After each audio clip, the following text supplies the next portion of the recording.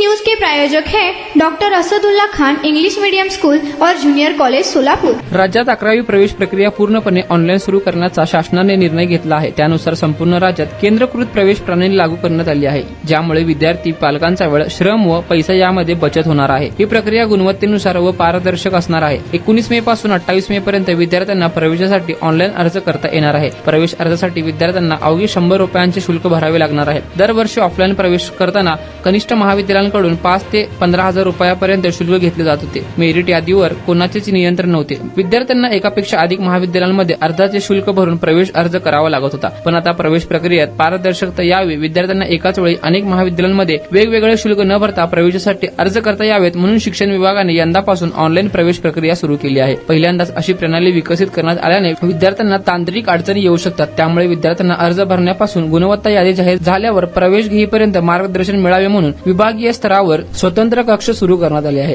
याशिवाय हेल्पलाईन क्रमांक देखील देण्यात आला आहे।